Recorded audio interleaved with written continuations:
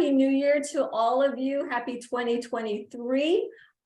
Today we're having our expert series. We are continuing with our next guest, who is a private investigation expert, and her name is Lynda Bergh. Welcome. Thank you for being with us here at Women's Wellness That Works, our expert series. And I was so excited to have you because I actually have not personally met a private investigator. And so I'm really, really interested and curious. And that's why I wanted to interview you, because we want to hear what your life is about. I'm sure you've heard and seen and done everything we'll see, but you've been in this business for quite a while. So why did you get started? What made you decide to get into this line of business? Well, it's kind of funny. For all intents and purposes, I fell into it. I was going to be a ballerina. I was a serious dancer throughout my childhood. And when I was 18, I was going to head off to New York to follow my ballet career. And in preparation of doing that, I got a summer job at my local police department doing clerical work, typing transcription, that kind of thing, typing police reports. And on that job, I was injured. So I was injured one night when I was on my way into work, and that ended my professional ballet career. Just on the spot, done. Wow. So I kind of teased the location where I was working, and I said, "You guys broke me. Now you're stuck with me."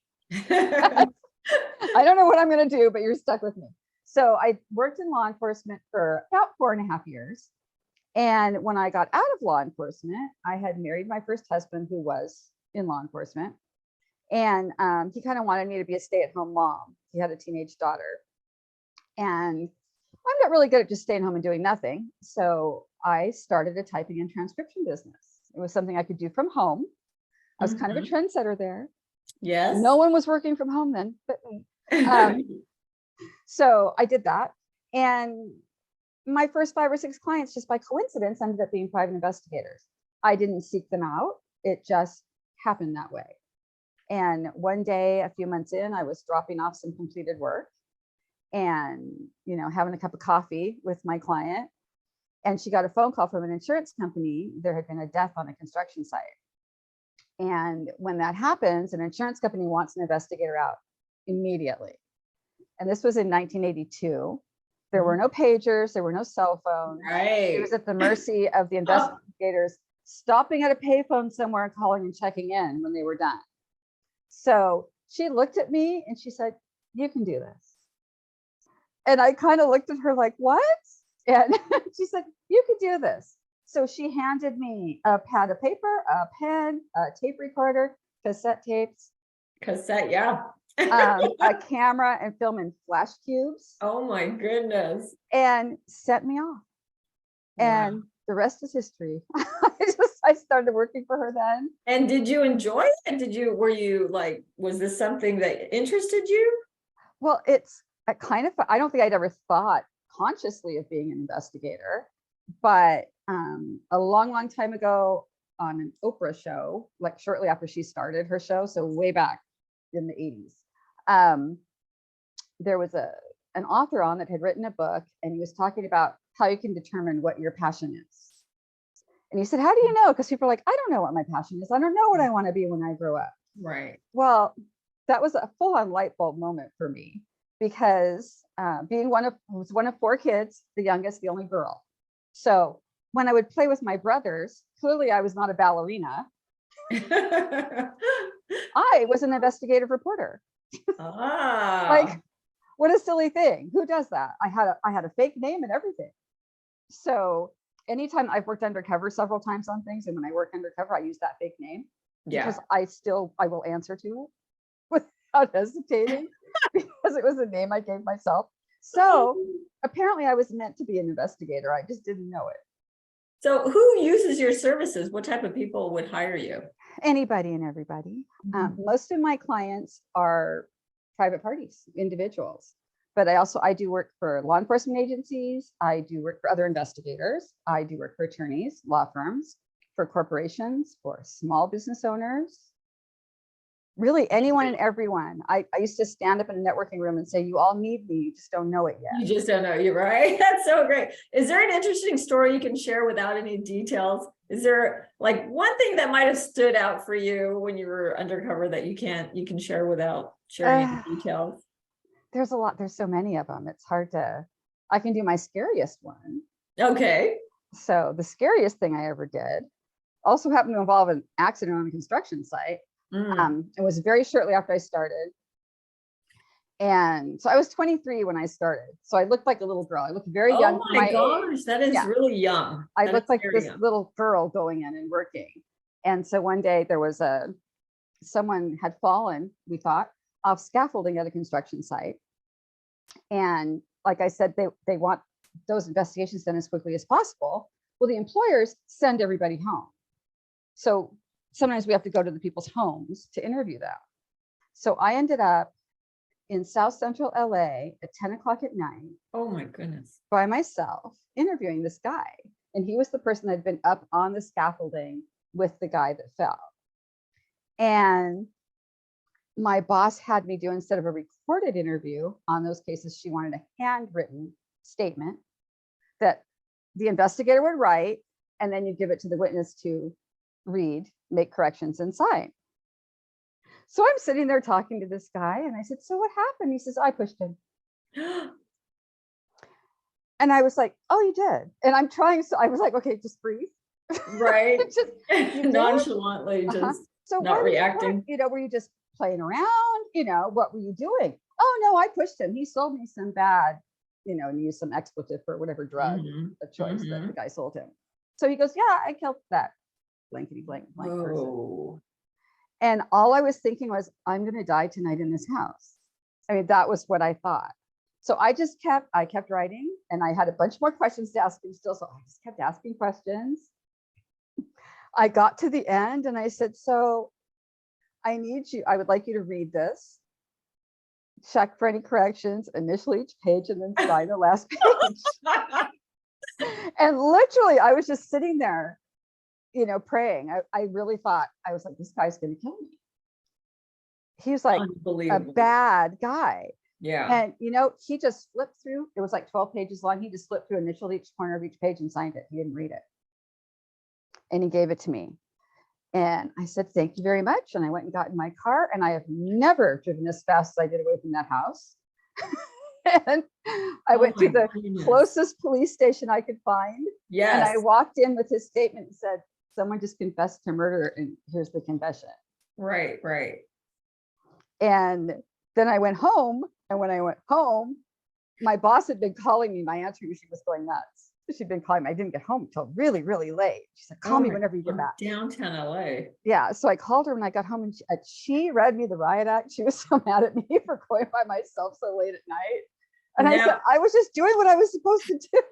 Is that common for female private investigators to go by themselves, or did you have a partner? No, you tend to work by yourself. Yeah. But usually you're not 23 and, a little white girl in South Central LA. So in the 80s. Here's what's really interesting. You're a female, young private investigator, right? And you're obviously working in a man's world. It definitely a man's world. Did you feel obviously intimidated, or did this just give you more confidence about yourself and your value and self-worth? So how did that go about? Because this is, early on. Yeah, I would say it gave me a lot more self-confidence. My boss was female. So that's great. That, she was my mentor. I worked for her for 14 years because she was the world's greatest boss. And then when I got my own license, she did some work for me. We were trading work back and forth. And she ended up being like a second mom to me. We were that close. So it was a huge confidence builder. Sometimes I would go into employers, and the person I would meet with would go, oh, they sent a little girl out to do a man's job. And I would just kind of look at them. I would just look at him. Yeah. Be like, this is who I need to talk to. I just, just let me do my job. Yeah. So you've been in this business for how many years now? For like 40 years. 40 years. So you could obviously train private investigators. Oh yeah. up and coming private investigators, and I'm sure you've mentored quite a few as well. I have mentored quite a few and done some training. The original person I worked for only did workers' comp defense work, and I made sure before I went out on my own that I got training in every kind of investigation I could think of. So I'm not pigeonholed into just that. And then I also do training and workshops regarding keeping children safe. Which yes, so let's talk about that, because you're passionate about crimes and crimes against children and sex trafficking, and why is this important to you? One of the first cases I worked in the very, very beginning involved a missing girl, and it ended up her uncle had kidnapped her. He had sexually assaulted her, and then he sold her to somebody else for sex. So he trafficked her. They didn't call it that at the time. No, they're like, it was just a child molestation, but we found her pretty quickly, but not quickly enough. And so I just thought, this can't happen. This is not, you need to take care of kids and the elderly. If they can't take care of themselves, someone needs to take care of them. Right. So that's always been my opinion. And working that case just cemented that. So I've always done things to help protect children. Yeah, I mean, obviously over the years now, I mean, currently it's still ongoing, right? So what organizations are there that you work with, or that people can be aware of and maybe possibly donate to, or, My favorite one right now, there's a lot of them out there, but there's one now that I'm actually working with a lot, is millionkids.org. Okay. They are based in Riverside, but they do all kinds of wonderful, wonderful work. And they're always looking for donations because they are a nonprofit. And that's who I'm doing the presentations through. I'm doing 3.5-hour long workshops on behalf of Million Kids for Children's Fund, which is the County of San Bernardino. So, but that's the main one. We're trying to, they just recently took part in creating a movie called Sextortion.com. And it can be looked up actually at sextortionfilm.com is the website for it. But it's Sextortion, the Hidden Pandemic. And sextortion is kind of an up and coming growing business over the last several years. Unfortunately. Yeah. It's even actually right now it's more prevalent than sex trafficking. And that's because a lot of stuff changed during the pandemic when people were stuck at home, and there was a shift, and more kids were at home and bored and got on the internet and were coerced into doing things that they shouldn't have done, but that they didn't know any better. And so this movie follows a couple real life cases of sextortion. It's a fascinating movie, and it's going to be in all the schools in the next year or two. Great. So it's not out currently. It is out. You can buy it. We'll definitely, we'll add that definitely to the links. Okay. So I think everybody, I always say everyone that's a parent, a grandparent, an aunt and uncle, a brother, a sister, knows a kid. Anybody needs to see it. Yeah. If you're a human being, you need to see it. It's absolutely. I mean, definitely this has to stop. I mean, the crimes against children and women, sex trafficking is definitely abhorrent. It's just a terrible thing that we hear about. And of course, missing children in general that are never found are possibly trafficking or being trafficked. Right. I did discover when I was doing research for my first workshop that the majority of missing kids come home. And most people know that. Most of them come home. Very few are what we call lost, which means they're still out there.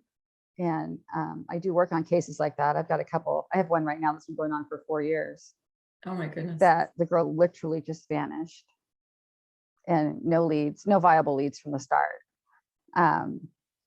I have a theory on what happened. I can't really say what it is, but cases like that, when I take a missing child case, first of all, I do those free of charge. I make money on my other investigations. Anything having to do with kids, I do free of charge. Oh, bless you. And thank you. And I don't limit the time frame. There are a lot of nonprofits out there and investigation firms that do missing kids work that either charge a huge retainer to get started, like $30,000 to start, which is ridiculous. I mean, parents, I would never turn down a parent because they couldn't afford me and be like, oh, well, too bad, your kid's Yeah, missing. exactly. You know, I mean, who does that? Yeah, too bad your child's missing. Oh, Yeah. well. Oh, well, book Right. it alone, whatever. Uh, And then some of them say, we will follow every lead for 6 weeks. Well, that's ridiculous. Sometimes it takes years. Sometimes it takes months. Sometimes, like I said, they come back in a week. Some voluntarily leave. The scariest thing on missing kids is that most of them are runaways, and a runaway will be contacted by someone who's going to try to either get them hooked on drugs, get them to sell drugs, or traffic them within less than 24 hours. Oh, It doesn't matter where they are. It can be in South Orange County, where I am. It can be in a really horrible place in LA. It can be anywhere. It doesn't matter. right. But- So I guess, the idea that here we're in Orange County, California, which is probably one of the most, so-called influential, safest places to live in California, but it happens right here in our backyard, and people maybe are in denial or don't want to even admit it or ignorant to it. It's happening right now. San Clemente is a hub for trafficking. That is so interesting. I actually used to live in San Clemente, and why is that? Why San Clemente? Part of it is that it's along the freeway. Most of the places that are hubs are along major freeways. So San Clemente, Oceanside is also another hub as far as, Southern California goes. Riverside and San Bernardino are hubs because the 10 freeway from Las Vegas through Riverside and San Bernardino. But yeah, in Orange County, as far as trafficking, some kid being picked up off the streets or going out to meet someone they've been talking to online ends up being trafficked. It often happens in San Clemente. That is so crazy. That's so crazy. Here's what I'm really curious about. What kind of conversation should parents be having with their young children while they're being on social media? I mean, our viewers right now, obviously there's parents out there, there's moms out there, and our children, and some of them as young as 7 or 8 probably have cell phones, right? And they're carrying them and they're on social media and so forth. I mean, what are those conversations that parents should be having with these kids? And should they even be having phones at that young age? I have to preface this by saying I've never had a child of my own. I've had stepchildren, but I've never had a child. And suddenly I'm an expert on how to keep children safe. Someone else called me that. I'm like, I don't know how it happened. It just did. But number one, a child who's 7 or 8 years old, if they have a phone, it should be able to call mommy, daddy, and 911. And nobody else. Should not have any access to the internet, nothing. Okay. That should be that's it. Black and white, that's how that should be. When they get a little bit older and they go online, which they should be a lot older than 7 or 8 when they go online, they go on social media. But up until they turn 18 and they're paying for their own phone, they have zero privacy on that phone. It belongs to you.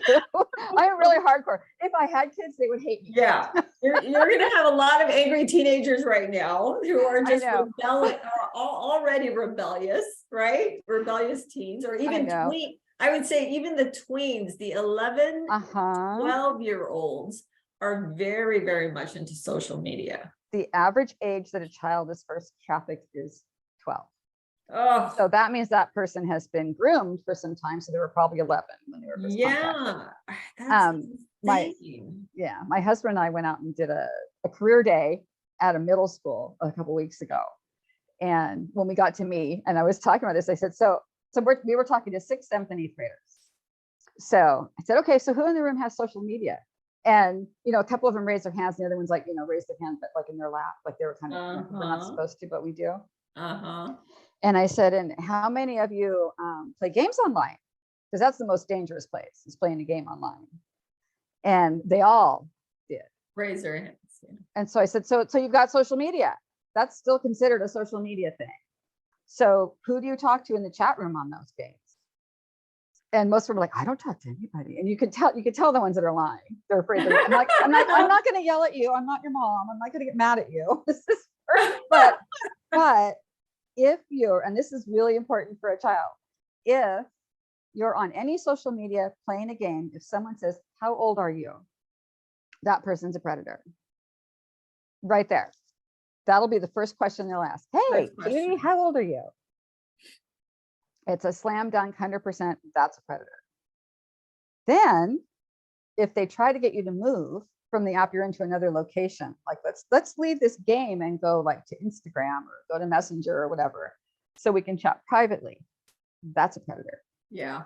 Okay. And that's kind of similar to, you know, we were told as kids, and they talk about it still, if someone grabs you in a parking lot, you don't ever want them to take you to a second location. Yes. Yes. It's the same thing. Same thing. Yeah. Same thing, but online. The second location is where bad things start to happen. Wow. So those are really, really important. Every parent, when I talk to them about, including parents that contact me about their missing child, and I start asking them about their child's social media. Mm-hmm. And I say, you know, I wanted to look into their social media to see if they've been talking to anybody, any adults or what. Yes. Every single one. My child would never do that. So they're in denial. And every child says, that'll never happen to me.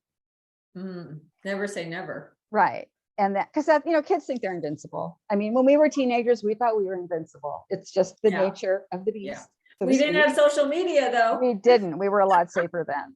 But, you know, there were other dangers for us, but we all thought we could do whatever and that we'd be safe. So we think we're invincible. So yes. So definitely, you know, on social media, they're on social media at that young age. They are on social media. Parents are not either aware or in denial or ignorant to the fact that their children are doing whatever it is they're doing on social media. Yeah. And then another thing that I said was parents need to know all of their child's social media. Most of the parents I talk to know, oh, my kid's on Instagram. And I go look and they're on Instagram and TikTok and Snapchat and Facebook and, you know, all these other weird, crazy, terrible places that you don't want your children ever to be, like Omegle, which is a whole other show. And they're on all of those. And the parents need to have the passwords, which kids do not want to hear that. Those kids in those classrooms were great. I said, if not your parents, and it's not to spy on you, but it's if something happens, if you get kidnapped, if you're in an accident, whatever, I can hack into it, but it's going to take me hours. Yeah. So when you said that, what did the kids say? Were they like, oh no, I mean, rejection, there's just no way. You could instantly tell the kids that were doing things they're not supposed to be doing from the kids that were being good kids. Let's put it that way. I'm sure. Yes. And so, I said that. I said, either your parents or a trusted friend, you know, put them in a sealed envelope somewhere and tuck it away just so someone knows where that is, just in case. Yeah. And, so one, parents need to definitely make that what do you call that? A criteria that they have to have the password before we give you a phone if you're on social media. Right? Yeah, because technically that phone belongs to mom or dad. Yes. So the lady that is the president and CEO of millionkids.org, the first time that she interviewed me on her radio show, and I said, you know, till you're 18, you don't have any privacy rights. And she said, oh, my kids, I told them that's my phone. I'm just letting you use it. Right, right. So every now and then I would take it and I would look to see what was on it. And if there was something new or weird and I didn't have a password, I'd be like, give me the password. And if they wouldn't, I just kept my phone. Yeah. So, which is hardcore, but that's what you need to do, especially in this day and age. It's a scary place out there. And then another thing that's huge that lots of people do is kids sleep with their phones or their tablet or whatever with them. Well, so that's when, according to, I have to throw out some stats right now. Sure. According to the FBI, at any given moment, there are 500,000 predators online. 500,000 bad guys out there waiting to contact a child and manipulate them. And so which is terrifying. Their phone is there. 89% of children sleep with their phone or their tablet or, you know, some device that they can communicate with others on. Yeah, on a physiological sense, just as a practitioner, Right. I mean, the overstimulation of the brain, the cognitive health, you know, the issues with sleep, you know, all of that, you know, just overstimulation right there. Well, yeah, there's that. And then that's when, like I said earlier, sextortion is on the rise. And that's most of these sextortion cases, they tend to start at night. It's, you know, someone will pose, and usually it's a teenager, more often a boy than a girl, actually. Girls get, you know, hit up to send inappropriate photos and videos and that kind of thing. Boys get hit up to send something inappropriate, a compromising photo, and then the people want money from that.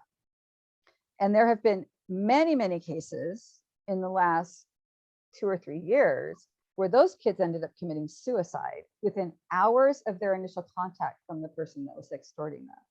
Oh my goodness. It's tragic. It's terrible. And these are kids that are not bad kids. They're not kids with like mental health issues or medical issues. Most of them are popular, good looking, athletic, good students, have lots of friends. So it's not what you would expect for someone that could be manipulated. And are they committing suicide because they're being threatened, or, you know, if you don't give me this, your parents or your family will, I'll threaten them or kill them or whatever? They threaten to send out the photo. They'll get the young man to send a compromising photo. And then they'll say, okay, we want $15,000 or $1,500, or we're going to send this photo out to all your friends. And of course the kid's like, no, what? Well, and the kid doesn't realize that within seconds of sending that photo, it's gone. Yeah. And that predator has already sent it out to his circle of friends and fellow predators. Probably tens of thousands of people have that within seconds. Oh, and then there was one young man who was 17 years old who, it was a 3-hour time period from when he was first contacted by someone that, you know, claimed to be this beautiful, you know, teenage girl. And within 3 hours, he committed suicide because he had paid, they asked for $1,500. He didn't have it. And finally they're like, okay, we'll take $150. So he sends him $150, which you never send money to someone that's doing something like that because they just demand more. Yes. He sent the $150, and then they kept on, okay, now we want you to do a video. Now we want more money. Now, you know, all this stuff. And finally he said, I just can't do it. And they said, then you might as well just kill yourself. And he did. Oh no. Tragic. And so his mom went to bed and her perfect child was alive and well, and she woke up and he was in his room dead. Oh my just God. Heartbreaking, tragic. And these things are happening. And then just last week there was that incident in Riverside where the 15-year-old girl thought she was talking to a 15, 16-year-old boy, and it was really a grown man who drove across the country and went to her home and killed her grandparents and her mother and took her. And so that's they can locate you, or obviously if the girl gave the address, or they can locate you online on your phone. They're pretty brilliant. There's a lot of apps have geolocation information on them. Yeah. When I do my long presentation, there's a bunch of them I go through, and I have, you know, the yeses and nos, you know, this one's safe, this one's not. Well, there's like 2 that are safe, the rest of them are not. And parental controls and stuff. Well, every kid knows how to turn off parental controls, just because kids are brilliant with all of this stuff. Right. They're way smarter. They're definitely much more technologically advanced than we are. I can't even speak. Couldn't even get the word out. Yeah. That's the thing.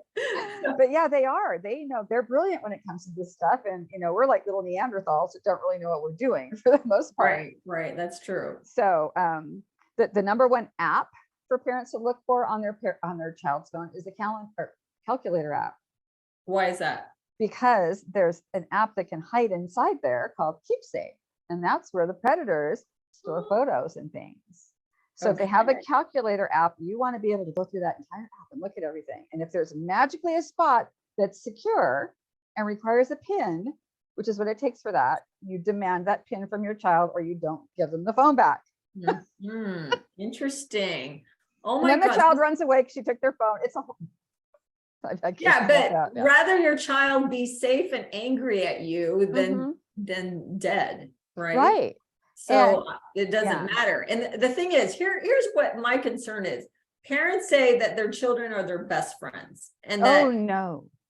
oh, my child is my best friend. No. We do everything together. We share everything. What do you think? What is your take on that? Parents need to be parents. You can be Mhm. your child's best friend when your child is an adult.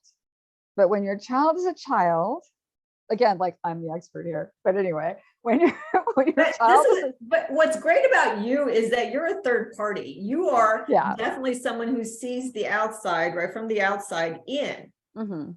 And when you're a parent and a child, you can't see that, but Right. so But yes, yeah, no, a great parent is a perspective. parent. There's a reason it's set up that way. The parent is in charge, the child is a child.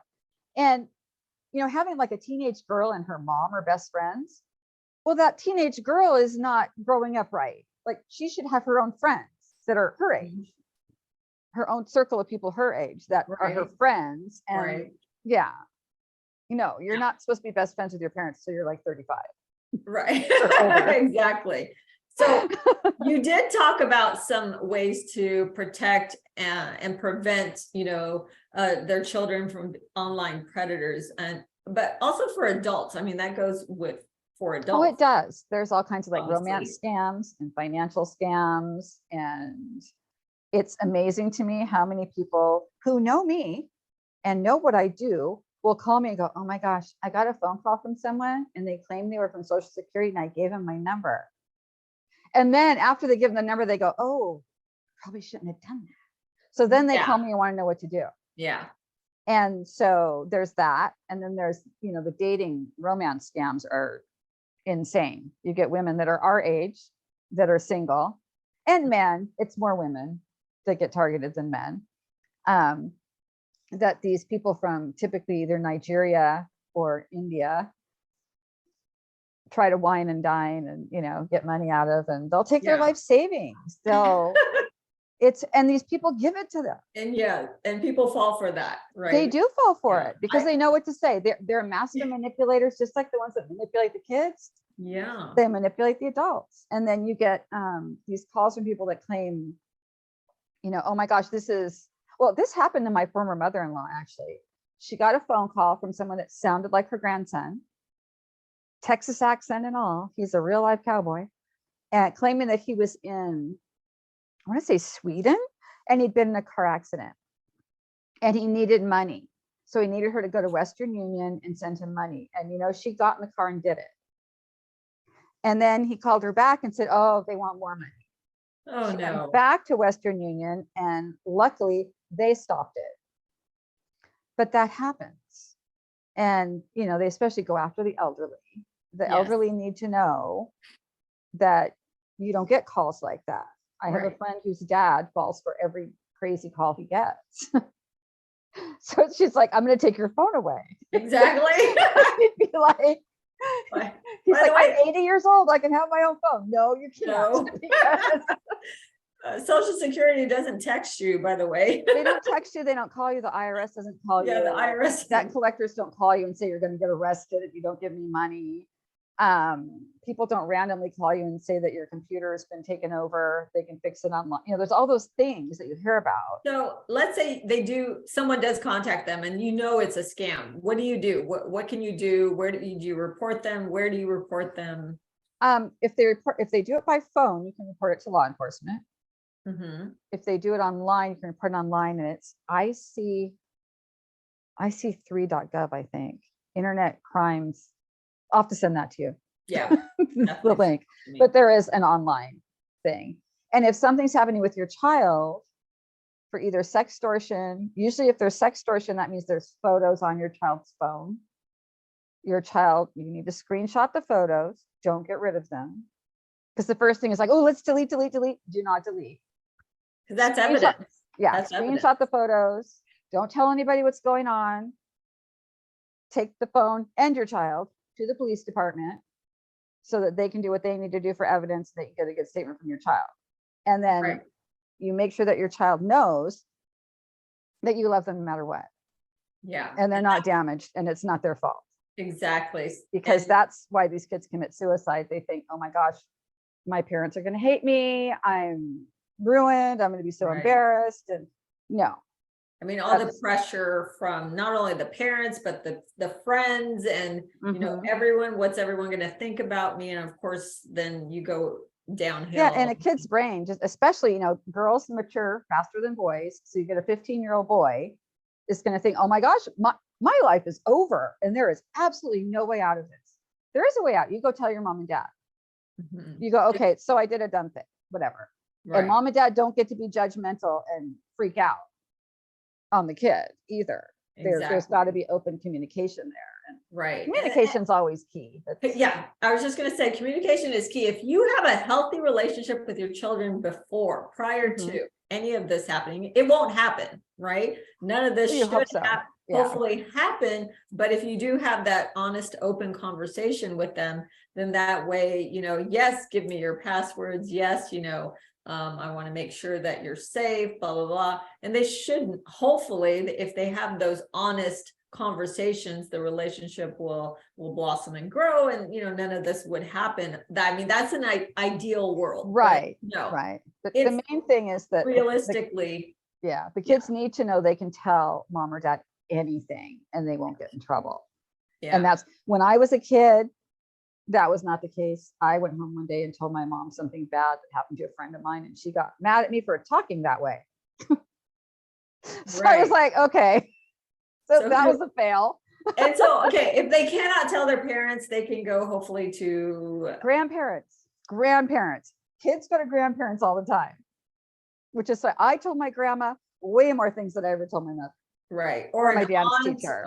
Someone you trust, definitely someone, you know, if you can't speak to your parents, you can speak to someone else in your family that you can trust. Right. And that's why I've been encouraging grandparents and aunts and uncles to go to these workshops that I'm doing now. That it's a free online workshop. I'll send you the information on that. Yeah, send me the information on that. I'm doing 1 or 2 a month, every month for the next, that's great, for the foreseeable future. I hope it's all online. It's all online. It's via Zoom. Yeah, got it. That's perfect, because you know, we need to send parents to your online programs, because this is helpful information. I mean, it'd be great if, you know, there was an ebook or something that you can create so that we have everything, you know, written down. But these are great. We definitely need this information, especially nowadays, especially now, for parents to understand you have to be a parent first before their best friend, and really have those open and honest conversations with their children to protect them, because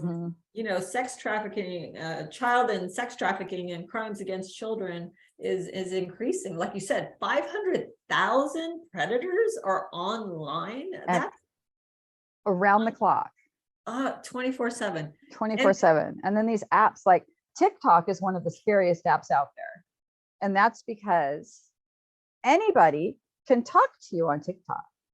There's no way to set a privacy setting so that, you know, if you put a picture of your kid on there, instantly your inbox can get inundated with messages, or these people that, you know, a cute little girl, little 3-year-old or a 4-year-old or 5-year-old in a little bikini. So cute. And instantly, you know, all of a sudden there's 10 or 15,000 more followers for mom. And it's because there are a bunch of predators that are, you know, doing who knows what with that photo. Yeah. So let's say somebody, I mean, obviously, you know, as a female, I get some too. And what would you say that you get a text or whatever, just what would you do? Block them, delete them? What's the best? I toy with them sometimes because I can't help myself, but well, yeah, you would. I'm just saying, as a mom, as a teenager, as a woman, as an adult, even men, you know. As an adult, what you do, and it's the same thing a kid should do. If a stranger sends you a friend request, just delete it. If they send you a message, you know, like you get those random messages, hey, darling, you're so beautiful. Yeah. Just delete it. Yeah. And you could report it. Like, I don't know. I report probably 25 a week on Facebook, maybe more than that. People that, you know, send me random messages or put weird things on my posts. And, they don't really care. Facebook doesn't really care, but I report it just because then I feel like I did something. So I report it and then I block them. But when it becomes serious, when it becomes a threat, when it becomes, we want money, then report it to law enforcement. You go to law enforcement, you go to the cyber crimes division of law enforcement. If your local department does not have a cyber crimes division, then you contact Homeland Security. Yeah. Yeah, that's serious. That's serious. And this is such, I call essential information for parents as well as adults and children, but for parents in general, I think this should be definitely every parent's conversation with their children before they give them the phone. Absolutely. And after, especially after too, but right before you give them a phone, hey, you're just going to contact your dad, myself, and the police. That's it. Right. That's it. A phone like that just needs to be set that that's all it can call. And when that brilliant kid figures out how to break through that and change it, then you take the phone away, or you go back and you change it back, but something to keep it that way. And just telling them, be careful when they go online is not enough. Yeah. And here's the thing, as parents, we're online. We are on social media too. We're on there scrolling, right? We're on there scrolling, looking at everything, watching the TikTok or whatever. So it's kind of like, we're guilty of that ourselves as parents. So it's kind of like, okay, I'm going to tell my kid not to do that when I'm doing that. Well, okay. Well, but that's where you're an adult. You're an adult, right? You're an adult. Exactly. Your child is a child, and you have to be the parent. You have to be the parent. Parents have to be parents. Wow. This is excellent, excellent, excellent information, Lynda. I'm so happy that we have you here at Women's Wellness That Works as our private investigation expert. So I encourage parents out there to contact, go through, do you have a website, and where do we find you? Where can we find you? I'm all over social media. Yeah. So either my name, Lynda J. Bergh Herring, or LJB Investigations. I do have a website. It's ljbinvestigations.com.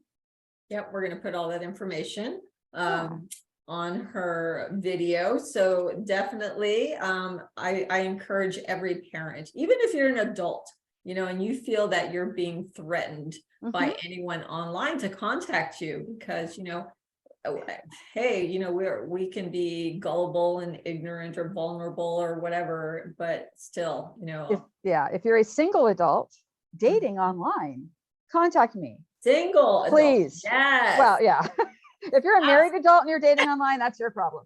But if you're a single adult and you're dating online, let me check those people out. Yeah. Just to make sure. I do a very reasonable, cost-wise, a very reasonable dating background.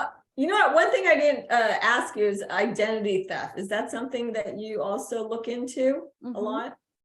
I do.